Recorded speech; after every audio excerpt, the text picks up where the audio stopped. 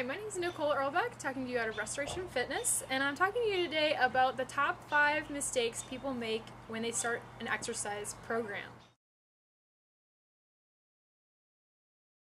The first of which is working out on empty. I can't tell you how many times people come to me and they've already cut out about half their calories. Now, for some people that might work if they're eating an exorbitant amount of food before they've actually started their program, but more often than not, people need to be eating to fuel their bodies while they exercise. Losing weight isn't about starving yourself. It's the equivalent of trying to run your car without gas. It doesn't make sense. You have to fill your body in order to be able to exercise at an optimal level. One of the resources that I've used in the past to help people calculate their daily caloric needs is on the web, and it's freedieting.com.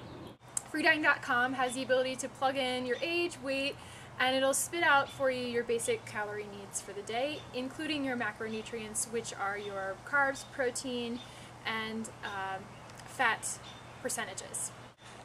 The second way that people run on empty is that they actually don't get enough sleep. Most Americans get 6 to 7 hours of sleep or less a night, and we actually need way more than that, 8 hours or more. A study that was completed out of Columbia University that was finished in 1992 actually showed that people who slept 5 hours or less a night had a 60% greater chance of being obese than those who slept 7 hours a night or more. This is a great incentive for most people who are trying to lose weight to get more sleep.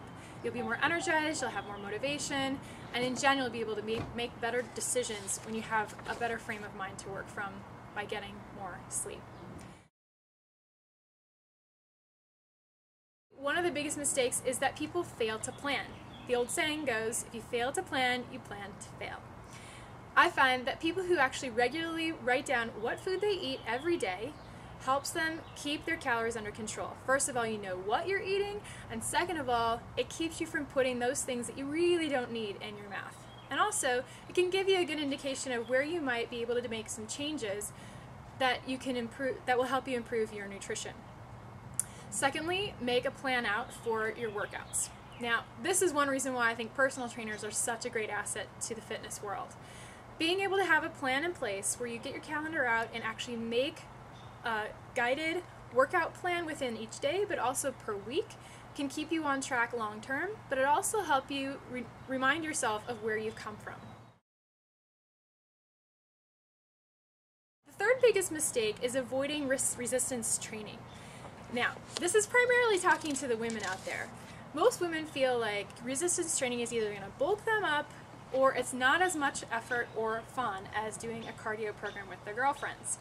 I can tell you resistance training can be very fun, especially when you mix it with high intensity cardio. And to be honest, it does just as much as doing a run would do, and it builds your muscular system so that you're able to burn more calories both during the workout and after the workout. People make is that they don't take enough rest. When people go gung-ho on their exercise program and they really get into their routine, they think that more is better, when in effect, actually, rest is what our body needs. It's when it does its most repair, and it's when we build muscle. Ideally, everybody should be resting about 1 to 2 days per week. And what I mean by rest is you're taking a fairly full day off from activity. Now, you might include an easy yoga class or a stretching program, or maybe some basic core exercises that day, but moreover, you're taking that day as a restoration day.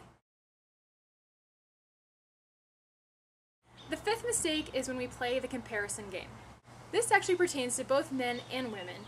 Men oftentimes more in their physique and how much muscle bulk they have. Women more so in how thin they are and how well they fit into their clothes or what the scale might say. The most important part about exercising is that we focus on ourselves. Ultimately, the goal here is to feel joyful in what you do, being able to have confidence in who you are, and using exercise and healthy eating so that you are able to have the best and the most abundant life going forward that you can. That's it for today. Thanks so much for your time. You can find more information at www.restorationfitness.net, or you can follow me on Twitter at RestoreFitness. Thank you.